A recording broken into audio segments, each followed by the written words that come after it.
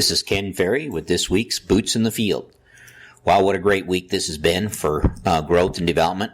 Finally, some sunshine, some good ET conditions, as well as really good photosynthetic activity. So there's been a big push, especially for the beans. The beans have really changed this week, and that's for the good. What we're finding in the bean field, we continue to find some white mold. Nothing real big at this point, and you have to look below the canopy to see it. Above the canopy, we did, for the first time this week, start to see sudden death. So found a couple, 3 fields that I could identify sudden death from standing there looking across the field, and one actually had substantial sudden death showing up in it already. These fields are at R3, which if you remember from last year, the fields that were R3 that showed sudden death were the ones that got hit the hardest. If we can stave off any visual signs of sudden death until we get into that R5, R5.5, we survive it better. So the fields that start to show sudden death here in the next 7 to 10 days are going to get hit pretty hard from that disease itself. We do expect to see quite a bit of sudden death due to the planting conditions this spring. Now, we do have a number of plots out, so we'll be able to evaluate how the fungicides actually are doing on this particular disease in itself. The disease side in the beans, septoria mainly, and some frog eye. But other than the white mold and the sudden death, not a lot happening there. Insect pressure is pretty light.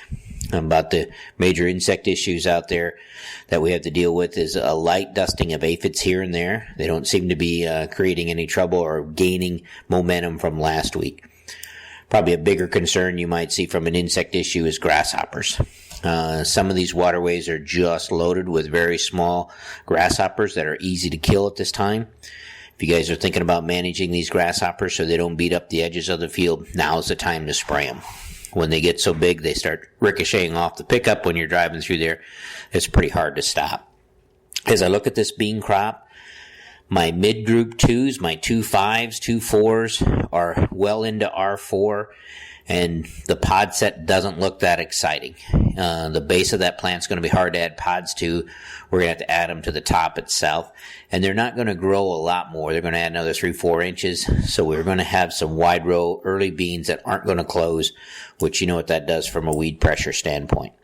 The mid-group 3s to late group 3s, the mid-group 3s to the late group 3s are at the end of R2 to the beginning of R3, and I see the potential for good pod set, especially if we can stack another week like we did here on the beans. But boy, if we could put 3 to 5 weeks like this together that we had this week, it would really change the bean crop.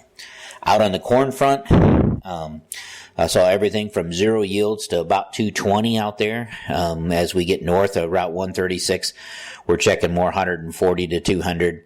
If we get in the 136 range and south, we're seeing more fields over 200. Quite a change from last year when it was hard to find a field that would yield check under 200. This year it's going to be more likely to find more fields checking under 200 due to the amount of damage in the areas we got. As I suggested last week, we are seeing some pollination issues out there and continue to find them. Some fields that look pretty good from the road when we get out there, we're finding some rough pollination due to the conditions that we had, and we are starting to find the diplodia ear rot visible out there.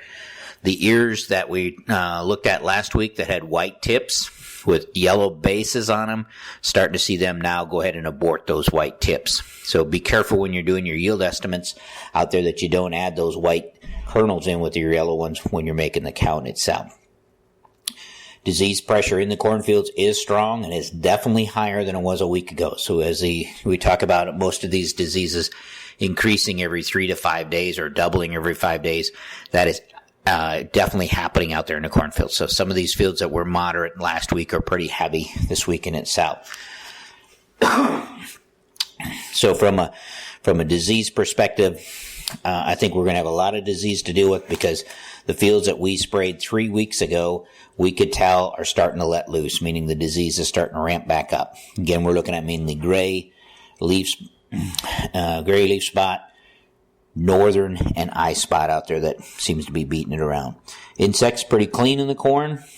We only found one field this week that had a concernable amount of aphids that we wanted to be careful with because we were going to spray it with a fungicide to make sure those aphids didn't break, we're going to put an insecticide with it. But insect pressure overall, again, has been pretty light, except for maybe the mosquitoes out there south.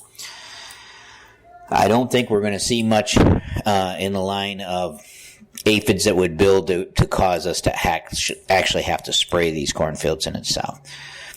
But as we move on right now, I would say the biggest issue we're running into in cornfields that we're visiting this week and last week is definitely nitrogen loss. So the nitrogen deficiencies are going to be pretty substantial in some areas. Second behind that is the disease. And of course, we'll watch this disease as we move on, that it doesn't create problems with stand stock quality and standability within itself. Still seeing a lot of good crops out there.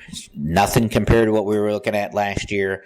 Concerned about my early beans. Watch that pollination on the corn. Nothing you can do about it, but you need to know that there's some fields that are having trouble out there so we don't get ourselves on the wrong side of this market.